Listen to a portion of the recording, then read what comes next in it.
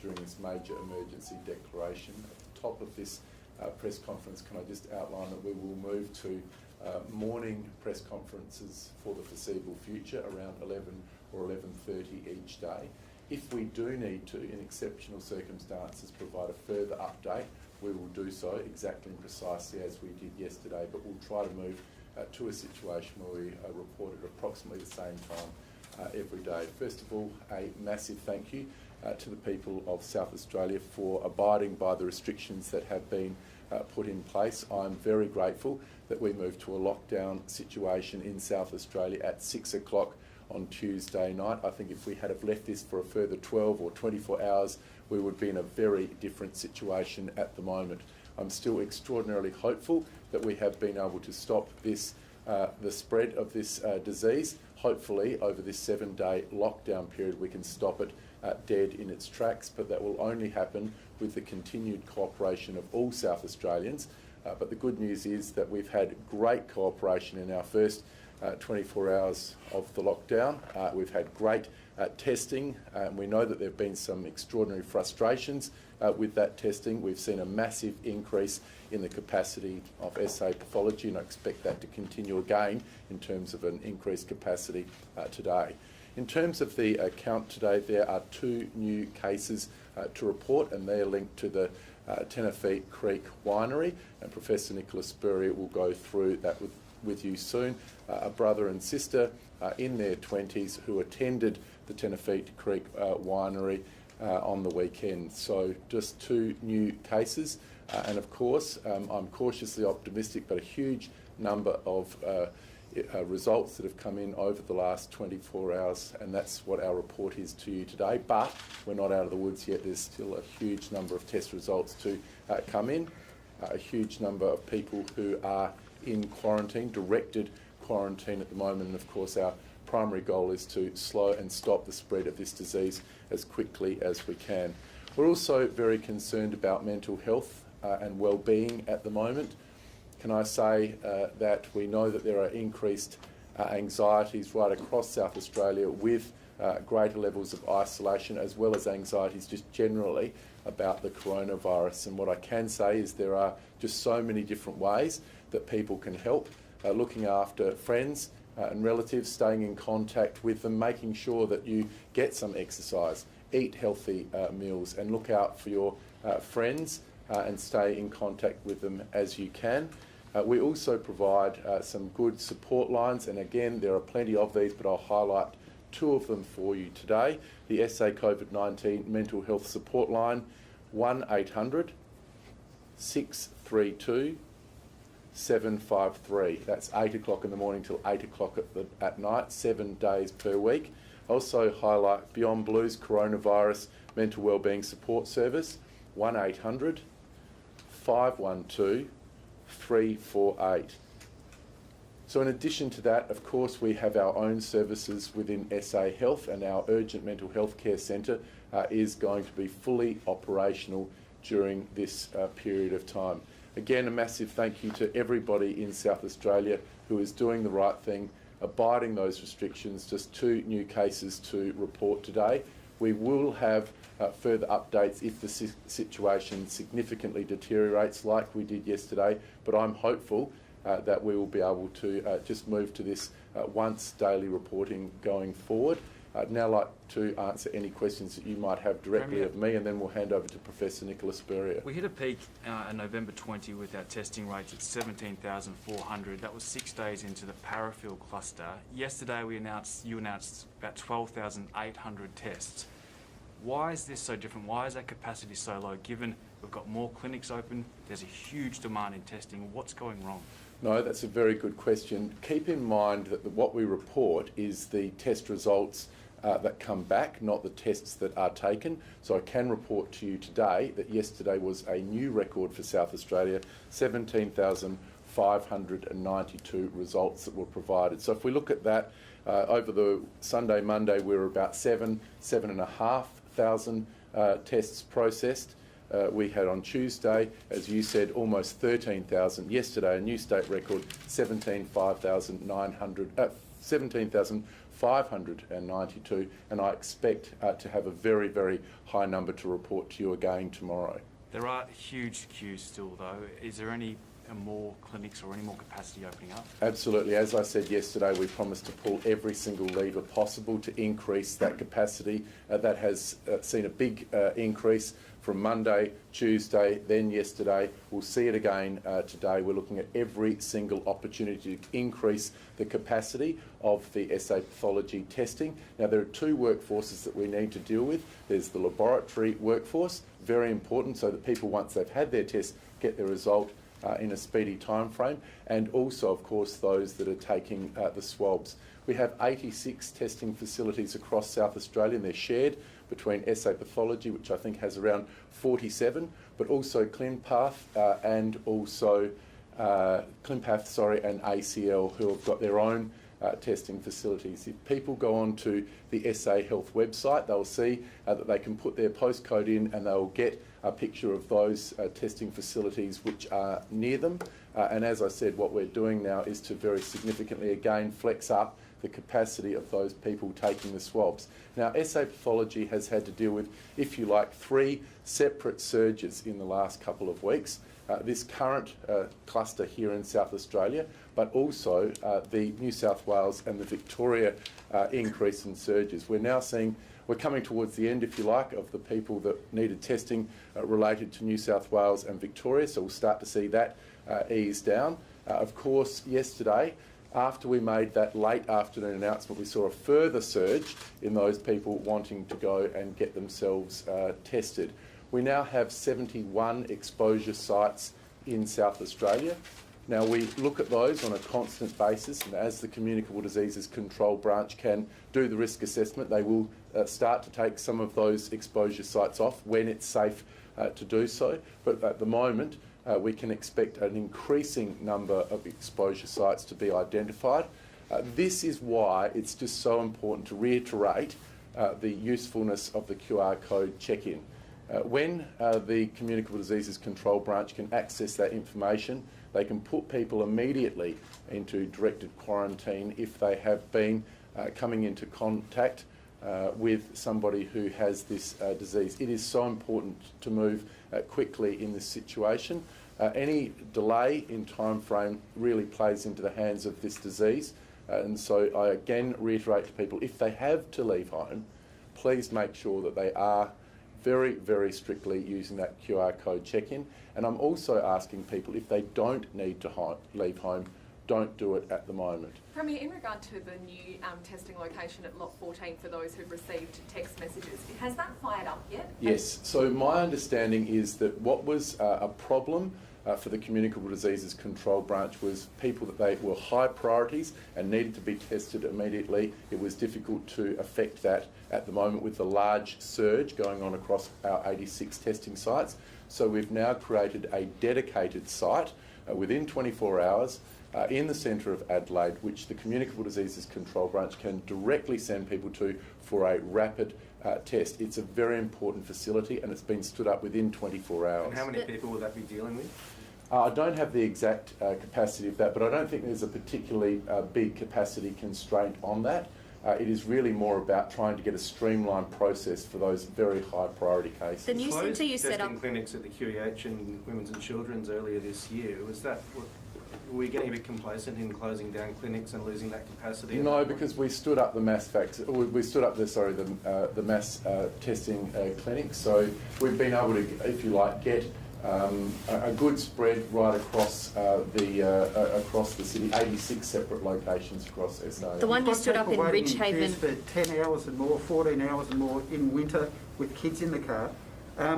First of all, will you apologise to them? And secondly, do you fear that people who've gone through and had their day 1 test will say, bugger this, I'm not going back for day 5 or whatever it is, I can't do it again? Yeah, no, look, I understand the question, Brad, and yes, of course, we certainly apologise for any delay. What we've seen, though, is an incredible surge in demand in a very short period of time. Now, we've also seen a great response in terms of SA pathology, but demand and the increase in demand has completely outstripped that capacity increase that we provided yesterday. I'm hoping that today we get it back into balance as we take those New South Wales and Victoria cases out of needing testing, and that we massively surge the capacity within SA pathology. We saw this last time with the parafill cluster, that there was a couple of days where there was demand and supply out of kilter. We see it interstate at the moment, but I'm very satisfied that we're doing everything we can. A big increase in capacity yesterday, up to a state record, 17,592, and I expect that we'll see even more when we report the numbers tomorrow. The new clinic that you set up in Ridgehaven. Do you expect though some people would just say they won't go back for their second test? I think the people of South Australia know we've got one shot at this, and testing is absolutely critical. I think what they'll also see over the next 24 hours is a massive increase in capacity, and I think people, of course, frustrated, some of them very angry at the delays, and I completely understand that, and I apologise for that delay.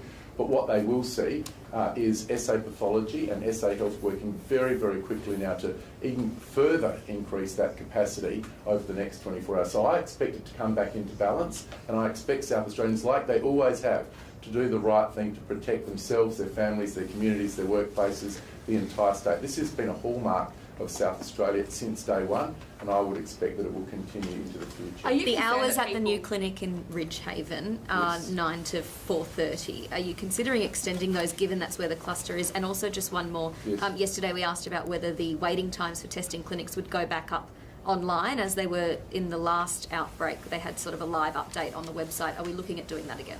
So it's a really, really dynamic situation. We're constantly looking at whether or not some of our existing facilities, we can expand those times in line with what that demand is. So yes, we're looking at every single site in terms of how we can flex and surge that capacity. And I don't have any details on that one, but we can provide that to you later today. With regards to the second part of your question, yes. I think we need to do a much better job at telling people about the likely wait times, and so SA Police is becoming involved today. The Police Commissioner might like to speak to this later, but they are looking at how they can provide better information to people who might be in those queues. Look, this morning the queue at Victoria Park was significantly reduced at 6 o'clock this morning compared to 6 o'clock the day before, but it's still a long queue and it's still a long wait. Yes, it is improving, but it's still a long wait. I expect that to continue to drop in South Australia as we increase and flex up that capacity. Are you concerned that we might not have a true picture of COVID within the community because people are getting fed up and leaving those lines? Look, what we do is to have a prioritised approach to this. So we know the people that are the close contacts, and as we know in South Australia, we have the now world famous Spurier circle on the circle. So we have the close contacts of the close contacts being put into directed quarantine in South Australia. So that gives us some comfort. But if people can't go and get swabbed, and if they're waiting for 12 hours, 14 hours, and they're getting fed up and going home, does that indicate that perhaps we're not getting a true picture of whether people are infected or not? Well, as I was just saying, we try to look at this in a prioritised way, and so obviously the Communicable Diseases Control Branch primary focus is identifying all of those people who could have been exposed and putting them into a quarantine situation, and then all of their close contacts in as well. Now, there is some delay in getting all of those results back. We do know that SA Pathology can process around 18,000 per day, plus the private pathology labs, and we have also got offers from interstate. If we need to flex it up further, we can. But by putting this lockdown order in place, what we know is that this is our best defence in terms of slowing and ultimately stopping the spread of this cluster, because we don't have widespread movement. And that's why I say, even though there are some exemptions as to why people can leave home, we're not asking people to try and optimise the way that they can, if you like, have freedom from the lockdown situation. We're asking people to understand what we're trying to achieve in our state at the moment. That is to significantly reduce mobility in our state. Professor Spurrier, I think, said it brilliantly yesterday. This disease doesn't move by itself, it's spread by people moving around. So if we all minimise that movement, not go to the shops if we don't need to, because we might be allowed to go to the shops every day, but we don't need, if we don't need to go to the shops, and we're asking people to stay at home. Premier. So reduce you spoke movement. about mental health concerns. We've heard from a family who lost a loved one yesterday, and the parents haven't been allowed to visit the morgue to see that person who's passed away. Is that part of the rules? Is there a COVID restriction on people visiting a loved one, in a morgue? And could you see how that could add to mental health concerns? Look, we are very cognizant about mental health concerns and wellbeing concerns at the moment. When you actually put an order like this... Is that the rule though? Are they not Sorry, allowed to visit the morgue? I'll just finish that sentence. Sure. Thanks, Andrea. Look, the reality is we are very concerned about mental health and wellbeing at the moment.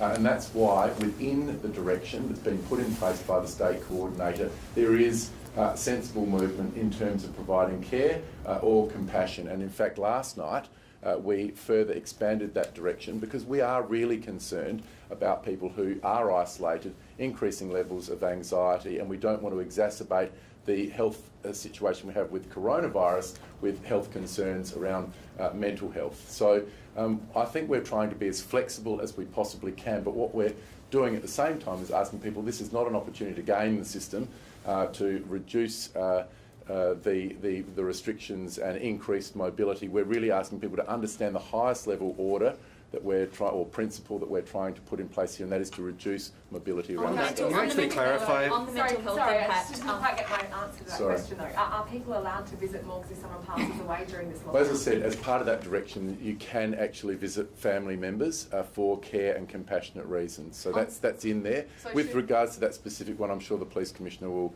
give you a specific direction On the mental afterwards. health impact, you gave the numbers for Beyond Blue and Yes. Lifeline, but is there anything specifically that the government's doing to help people who maybe even before this were already vulnerable, be it mentally, physically? What exactly are you doing? So you would have seen in our most recent budget, we put a further $7 million into mental health supports around COVID. You would have also seen recently the Minister for Human Services, Michelle Lensing, put in place some additional services for those people that are experiencing homelessness at the moment. We also know that domestic and family violence can sometimes peak around this time as well, so there are additional services that are going in there.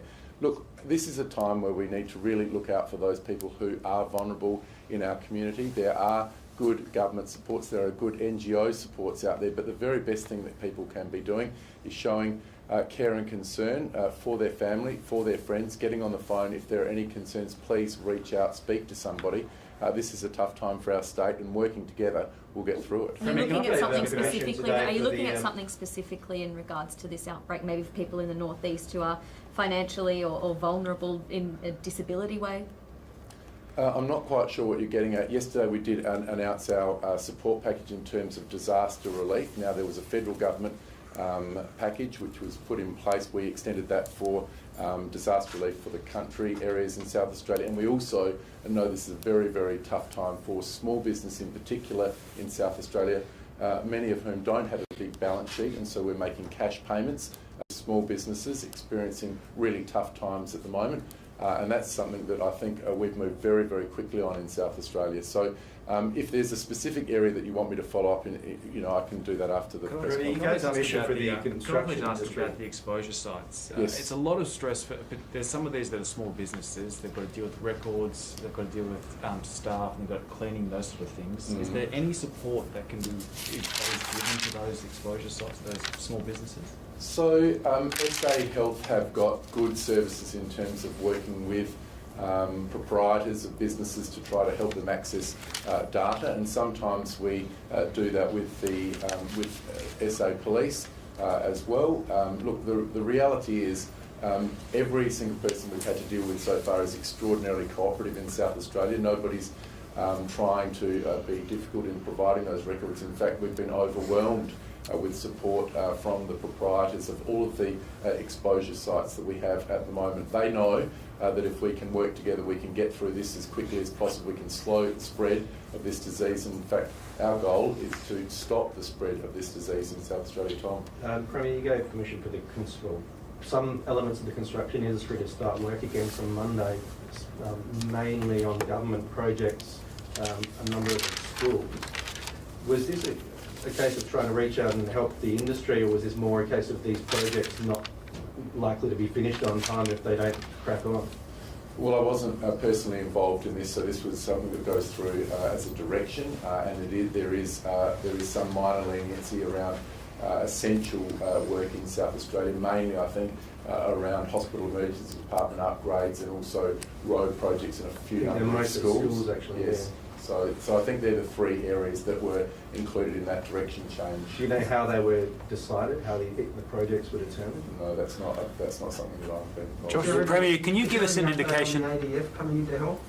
So we have requested the ADF to help, and we've had an initial very positive response from them. We've asked for 3 teams to assist in that, but we haven't used that as our only way of increasing the size of our workforce. The LHNs have been very good at freeing up staff to go and help with this swabbing operation. We've been able to redirect people within SA, help from the blood collection agencies over to frontline services, and to also expand the work that we're doing within the laboratories themselves. So look, it was a very big flex up yesterday. It will be a further flex up again today, and we want to get that balance back in place between demand and supply. Can you give us an indication of... Those businesses, as you touched on, that are on the exposure site list and drop off it, you would obviously, when things get back to normal and we're out of lockdown, encourage all South Australians to really rally behind those businesses as opposed to avoid them because they've been tarnished by them.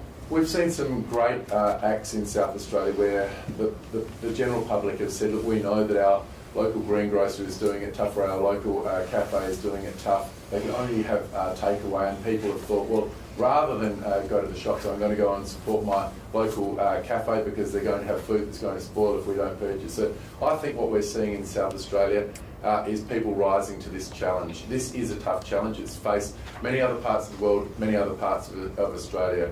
But the way that we do it in South Australia is working together. I'm very, very grateful to that. And of course, the exposure sites that have been named will be really feeling it at the moment. What we're encouraging people to do is to show that kindness to these businesses once we come out of this, so that people can get back to a sense of normality as quickly as possible. Premier, Josh Frydenberg says these lockdowns across the country are costing Australia $300 million each day. Do you take any responsibility for the impact this is having on our economy? Look, there's no doubt that the lockdowns that are put in place have a very, very heavy toll on our economy.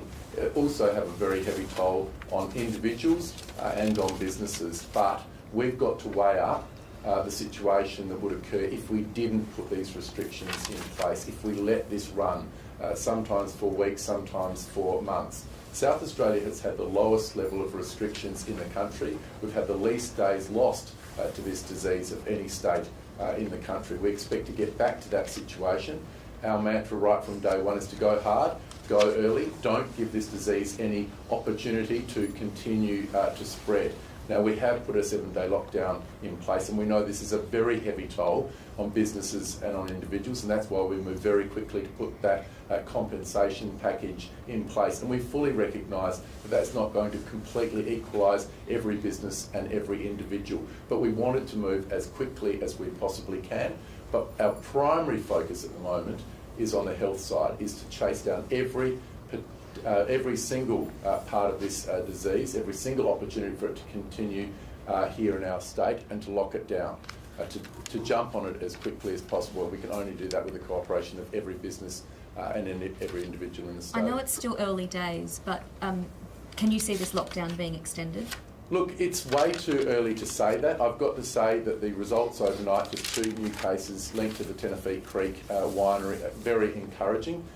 We haven't seen an explosion. Look, there is very likely to be further cases, but what I'm hopeful of is that these are cases that are being experienced by people who are already in a quarantine situation. And if they're not, they're in with people that are very, very much locked down and not moving around our economy. And that's why, again, to say to the people here in South Australia, if you can restrict movement at the moment, you're doing your state a big favour, Joel. Premier, can you give us an indication of, after this flex up has been done, how much capacity our testing clinics could have? Is it 20,000, 25? So it's a combination of the private laboratories and SA pathology. So when this first hit, we very significantly flexed up our capacity within SA pathology to 18,000 specimens per day, and then we've got the 2 private laboratories as well. Now, what we also know is that other states have got excess capacity. We're not all experiencing the same situation at the same time. And this is one of the great things about Australia working together at the moment, is that we've had offers from other jurisdictions to do that. But at the moment, we're still within our capacity here, our laboratory capacity here in South Australia. And as I said, I expect that the demand to level off now as we increase that capacity, and we should get back to an equilibrium within the next 24 hours. Can we ask the Professor?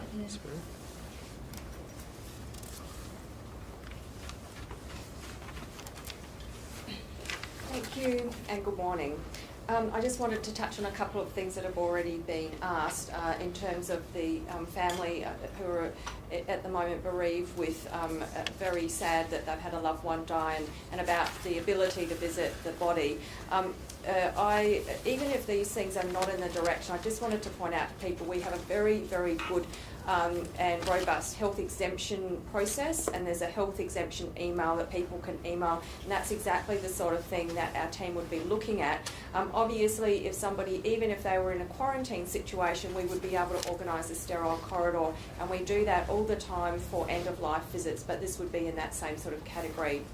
So I'll now pass over to our daily update and give people a little bit more information. Now, we have had those 2 new cases come in overnight, and that, in fact, they will be counted for today's cases. And so we obviously haven't got to the end of today, and we will have full reporting of today's cases at tomorrow's press conference. But in terms of these 2 people, they are involved with the Tenafeate Creek winery, and as the Premier said, they are in their 20s, are siblings, and their parents also, my understanding was they also attended the winery, but at this stage are negative, which is good news. Now, I was asked yesterday, did I know anything about the groups of people? So I have a little bit more information about that. So the cases at the 7 cases who are linked at the Tenafeate winery are not all related to each other. They were not all at the same gathering. They were at different tables, but I do believe that they were all people that were dining there and were dining indoors. So we will be able to obtain CCTV footage. We need to find out if there were outside dining areas as well and the like. But our key consideration, my key problem at the moment is getting everybody from the Greek on Halifax and everybody from the Tenafeate winery. These are our highest risk locations to get tested and come forward, and that's my absolute priority.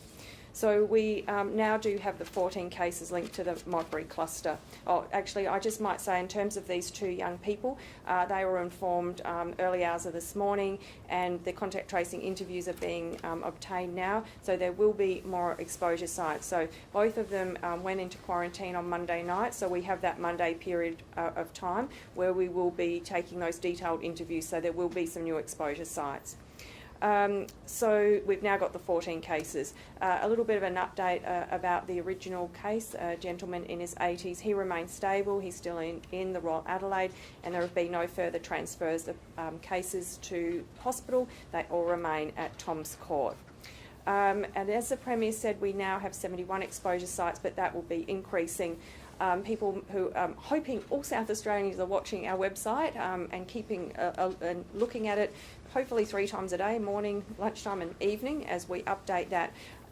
We do have an exposure site down at Seacliff, and that was a childcare centre, and you'll recall that we did report a child who was less than 5 years of age who attended that childcare centre on Monday morning, and so those parents were contacted last night. We obviously didn't want to be pulling little ones out of bed to get tested overnight, and so we'll be organising their testing this morning.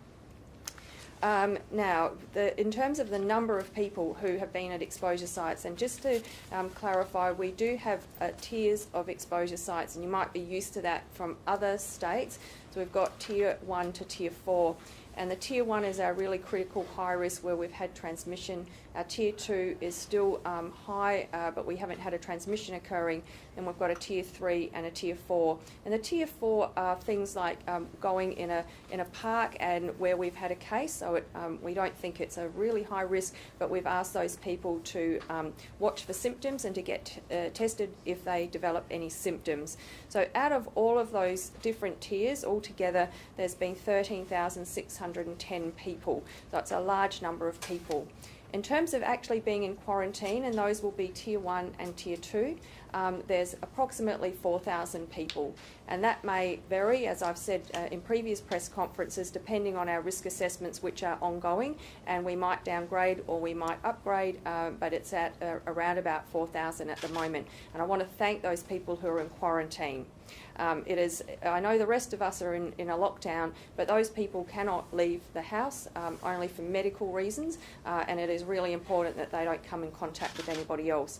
Now, the difference between Tier 1 and Tier 2, Tier 1 is so critical that we're assuming that you've already got the disease and you've infected your family, so both you and the family need to quarantine and stay put and get tested. And the Tier 2 is not such a high risk, but what we want you to do is to quarantine away from your family, and you need to make arrangements to be able to do that safely. We had a look at our website last night just to make sure that those definitions are there and are clear for people. I was very impressed with this record day of testing yesterday. I drove past the lines because my way home is past Victoria Park, and I was very, very, very empathetic for those people, but also truly grateful for the people sitting in the cars. I had an urge to stop my car and jump out and thank them all personally, but didn't want to cause any more traffic problems, but really very grateful.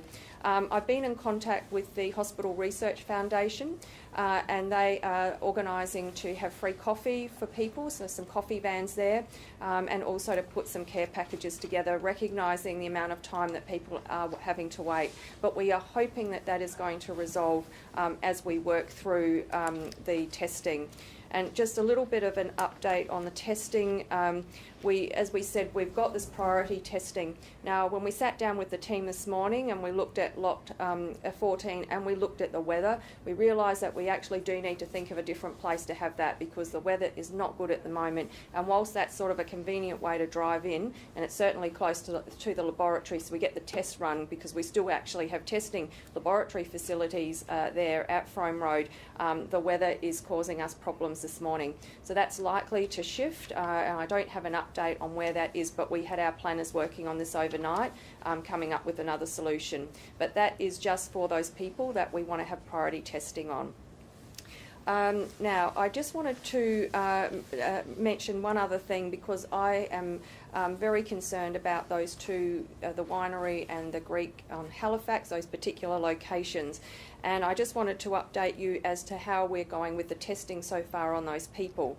And it's the one thing that is giving me some concern this morning, and I'll let you know what I've instructed. So there were 91 people from the Greek on Halifax, and we have 53 of those people tested so far. So it is over 50%, but it's not 100%. From the Tenafeate winery, which of course we've only recognised more recently to be a high-risk transmission site, there are 125 people that we have identified at this point in time, but only 34 of those have been tested so far, or at least we've been able to find that in our system. Of course, there may be people that have come on board and have been tested overnight, and we haven't got all of those numbers. But this is very critical for me, and because of these being a high-risk location, what we're doing at the moment is moving all of those people into the Medi Hotel facility.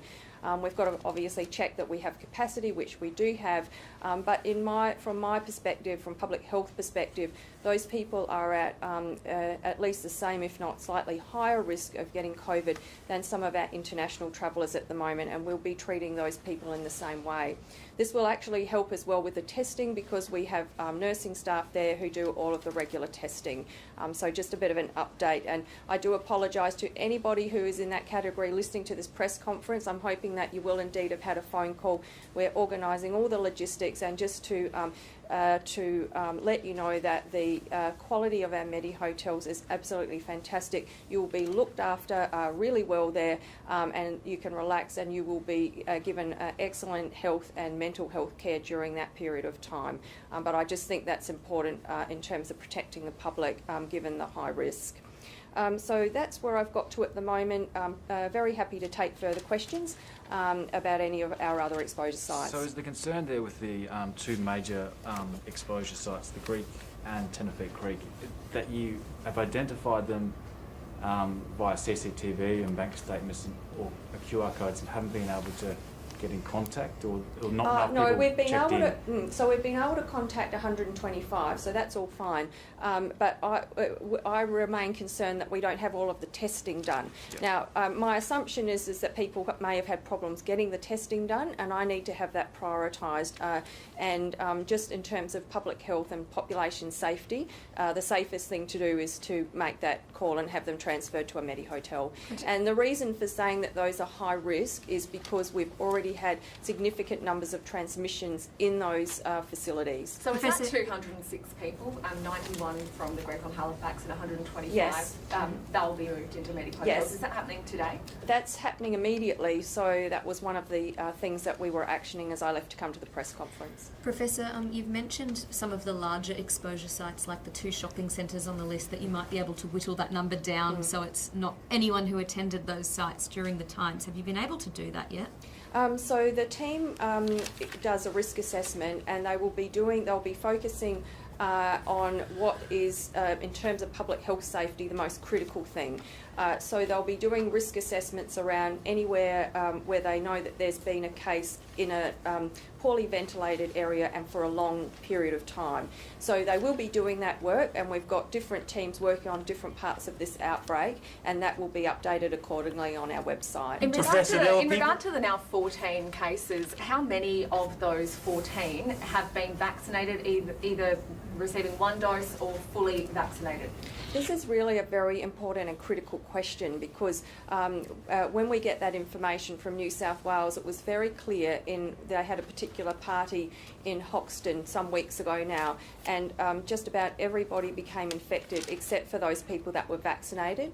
When we do our phone calls, we find out vaccination status, and we can also get access to the AIR data, which is the registry of vaccination status. And that will be very important, but it's just not the key thing that we're doing at the moment, but we will be intending to report on that. But isn't that sort of the first question that's asked when these people test positive if they've been at these sites? Have you been vaccinated? Actually, the first question is, who have you been in contact with? I agree, it's an important question, but we really, in terms of stopping the spread, actually want to see who their contacts are. So you don't know that information yet? Oh, no, we asked the information, but I can't have it collated for you. But actually the most critical question when somebody's phoned is, are you okay? Have you got any symptoms? Okay, we need to be mindful these people are a case. And then the next is, who are your close contacts and where are they? Because we want to lock that down. Professor, there are people watching this video at the moment who've just found out they need to go into a Medi hotel. Were that group of 206 people consulted beforehand? And the second question, did the Lot 14 site actually open up today, or did it get to open up at all because of that leaking roof? I'll just answer the second question. It did open up, was my understanding, but it looks like that's now needed to close because of the weather, but we will be working on a second site, and we've got people planning that now. So in terms of those people, no, unfortunately, they weren't consulted beforehand. This is a public health direction, and they will need to be shifted into a Medi hotel. On the testing sites, it is bad weather today, as you've mentioned. We do see some of the testing sites needing to close when there is bad weather. Have you heard of that happening, and are you planning to send those resources maybe from Port Adelaide, if it does need to close, as it often does, to Victoria Park in case you need the extra resources there? Yeah, look, we'll be working through all the contingencies. We've got we've pulled in, you've asked about our use of the ADF, our Defence Force. We've got some excellent planners from the Defence Force who have worked with us before when we've set up pathology clinics, so they actually have a very good understanding of what sites are available in South Australia, so they're working with us this morning on that. Can I please ask you about vaccinations? Western Australia has been doing something they're calling a vaccination lottery, where you can go to one of the vaccination sites in the afternoon, and if people haven't turned up for their Pfizer appointments, you can then get it if you're there waiting in line. Is this something that South Australia is considering? Look, just at this point in time, of course, WA are very lucky they haven't had any seeding from the New South Wales outbreak and are not in lockdown. For us at the moment, because we're in lockdown, we really don't want to have long lines of people or people hanging around that might not need to be there. So that wouldn't be our preference at the moment, but I'll be very interested to hear how that goes for when we get out of lockdown and we're over our outbreak. And Professor, now that we are in a lockdown, are you considering opening up the vaccination guidelines for people who are essential workers, who are working on the front line throughout a lockdown, maybe people who work in retail or at supermarkets? So we, of course, have had the vaccine available for essential workers, but that's a good point. We're always very happy to relook at our vaccine rollout.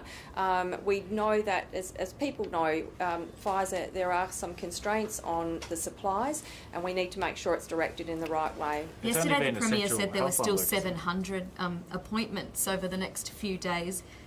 Could you open those up to essential workers or to people under the age of 40 who are desperate to get the vaccine?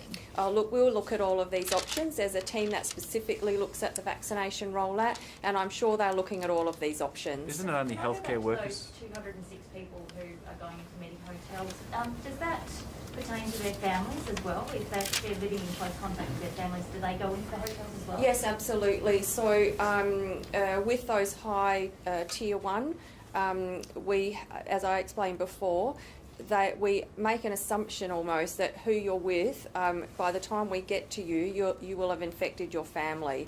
And the reason we do that is we know it's a Delta strain, and we've seen exactly this happen interstate. Can So I? if it's 206 families, That's- have you got a total figure?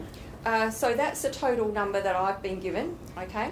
And so I'm not sure if that's inclusive of families, but what I do know is that we do have capacity at our medi-hotels. And also with the lot 14 and moving on from there, you said that's for high risk people. Is that like tier 1 people, or do you?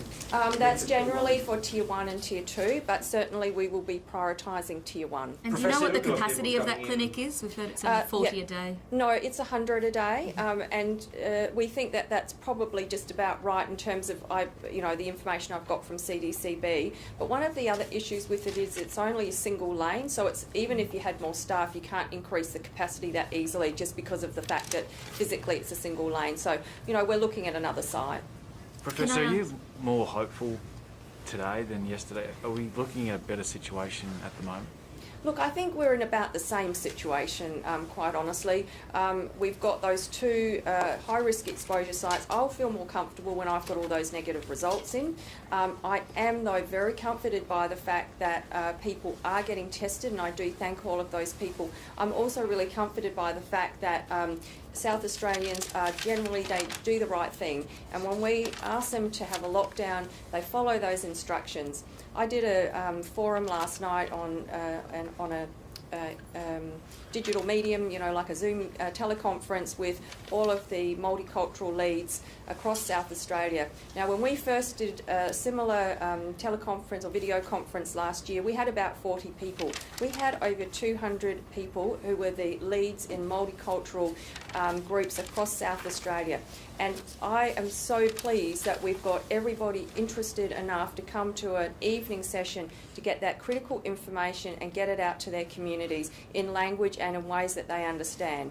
So those sorts of things give me real comfort that we will get across this. On a more, Professor, are you able to clarify- light-hearted note, yesterday a lot of people took your advice to reorganise their sock drawers. What's the husband's job today, and if other people are following along, what are they doing today? Oh, well, my dear husband had a lot of friends emailing him, asking him how he was going. He's a very tidy person and also extremely talented in other ways as well, but happens to be in lockdown because his business is closed. He has quite a few other drawers to tidy up, quite a number of sheds as well, and I think many of you will appreciate husbands' sheds can sometimes be quite an interesting place. While we are on a lighter note, you and the Premier are TikTok sensations. The beautiful Madonna piece, I don't know if you've seen it, but we all need a laugh at the moment. Did you have a laugh when you saw it? I did. I'll tell you the one I particularly like. My kids showed me the meme of the Where's Wally because of my red and white striped jacket. And I thought, actually, this is quite a nice thing to put up on our Facebook site because this is what we're dealing with at the moment. We are trying to find that virus. And you think about the photographs in the Where's Wally, and everybody's stationary. I want you to all stay stationary so that my team can find the virus, i.e. the Where's Wally. Yeah, thanks, Professor.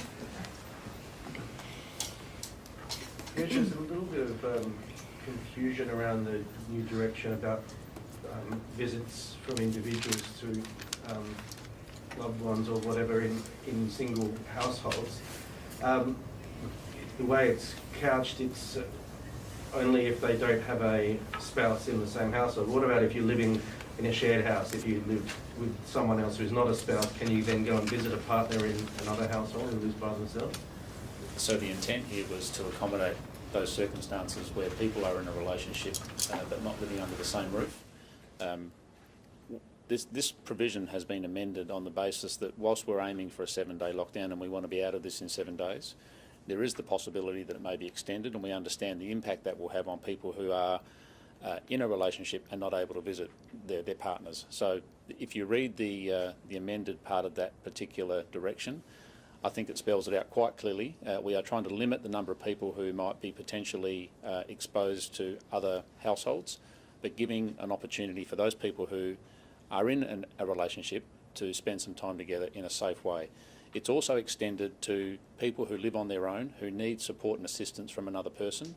This is not a free-for-all for everyone to go and visit friends. This is very restricted to ensure that we're enabling people to maintain their general well-being, also from a mental health perspective.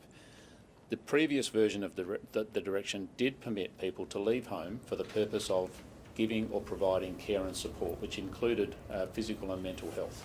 We thought that was sufficiently broad enough, but some of the feedback we received made it pretty clear that we needed to be more specific and expand it a bit so people understood exactly what they can do. So we're accommodating those people whose relationship-based situations aren't everyone living under the same roof. Can I ask about the Little Hampton breach yesterday? What happened there, and if they had any more breaches like that? So far I'm only aware of the one arrest, and this particular woman was requested to put on a mask. In accordance with the direction, she refused to do so and she was arrested. That's pretty good. I'm guessing that's pretty good compliance if it's only one arrest. So.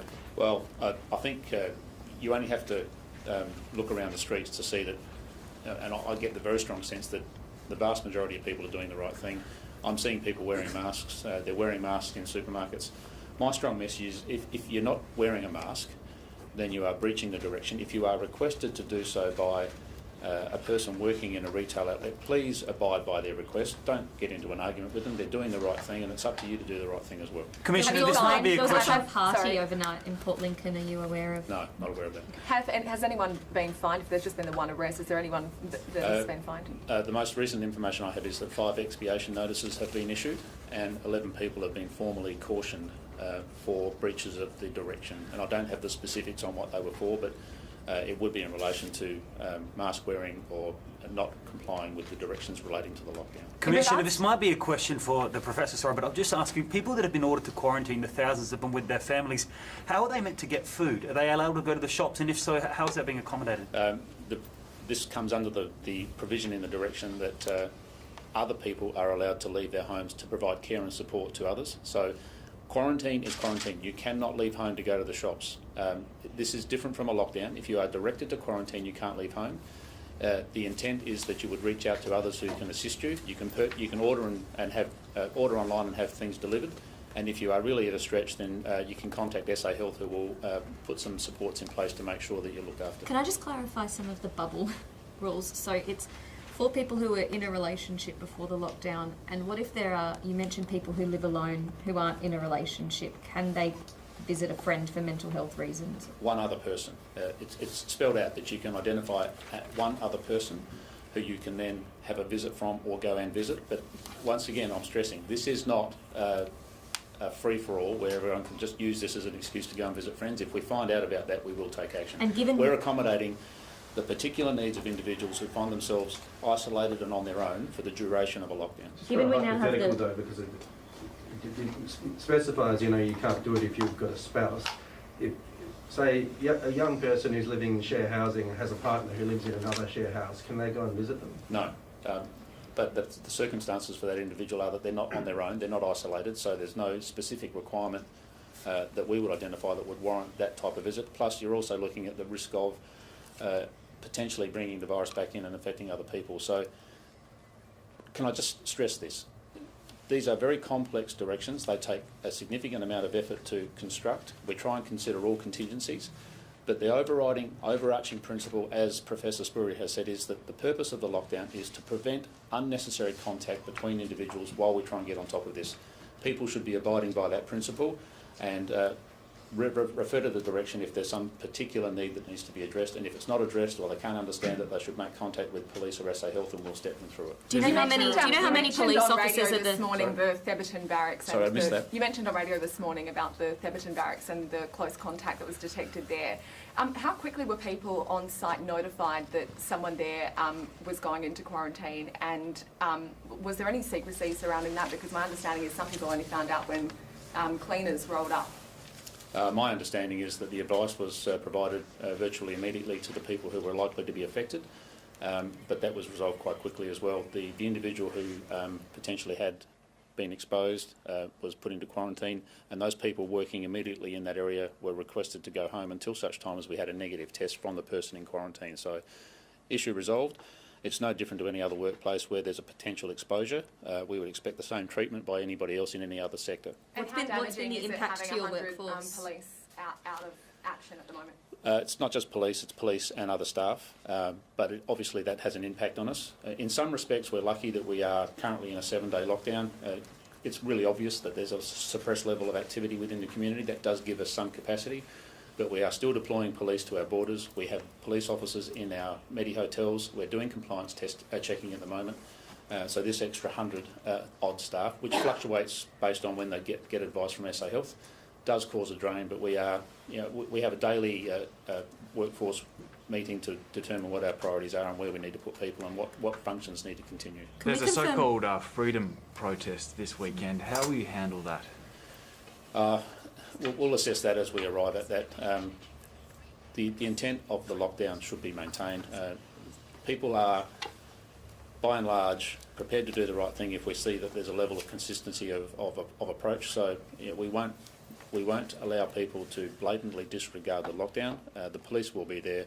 We'll handle it as we see it roll out. But my strong encouragement to people who might be thinking about protesting is they are actually breaking the law, and they may be held to account for that. Sorry, can I just confirm how many police officers are in isolation at the moment? This morning I thought you said 3 and now 100? No. As of about 6:30 p.m. last night, there was 115 currently quarantining at home based on advice from SA Health. And what was the 3 figure, or did I mishear that? No. Okay. And can you? It might have been 3 sites. We had Theberton Barracks. There was an administration area in police headquarters, and the police academy. There was some concern which was alleviated virtually immediately. So there were 3 sites that might have been the subject of conversation. Can you just confirm the rules about people moving house and also construction? But first, I guess, moving house. Okay, so the intent of the direction is to suppress any unnecessary movement, and we're asking people to comply with that. However, if you are in a situation where you have ended a lease, you've quit your lease, your landlord requires you to move, or you've purchased a property, you're having settlement, and you must move, then that is permissible under the direction. It simply has to happen. So that's not an issue, but we require people to do it as safely as possible.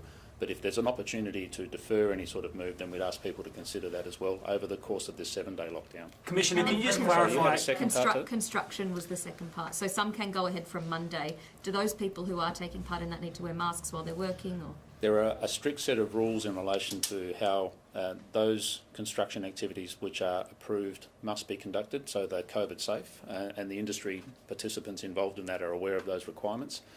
A very discrete number of critical projects have been approved through consultation with the Department of Premier and Cabinet, Department of Infrastructure, SA Police and SA Health to ensure that critical projects can continue because there is a broader risk if they don't continue. Our hope is that we're out of this lockdown quite quickly and the remainder of the construction industry can get back on track. And Commissioner, can you just clarify what the situation is for... The Premier earlier raised the idea that SAPOL would be acting today patrolling queues at testing sites. Is that correct? And if so, what are you doing? Are you going to be stopping people when you realise the queues are just too long? It's partially correct. We've deployed a discrete group of specialist police officers to work alongside SA Health to see if we can identify an immediate remedy to the queuing situation, while SA Health work on a longer term plan that will see this being managed going forward.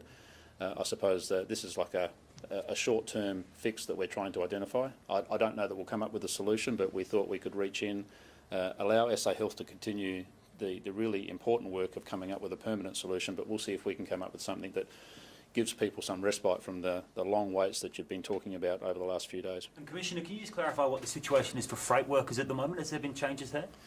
Okay, so we've been in consultation with the heavy vehicle industry in relation to the testing of drivers. We recognise this as a risk, particularly arising from interstate truck drivers coming in from New South Wales. We did impose in the restrictions a requirement for truck drivers to produce evidence of a COVID test within the 48 hours prior to entering South Australia, or having one within 24 hours.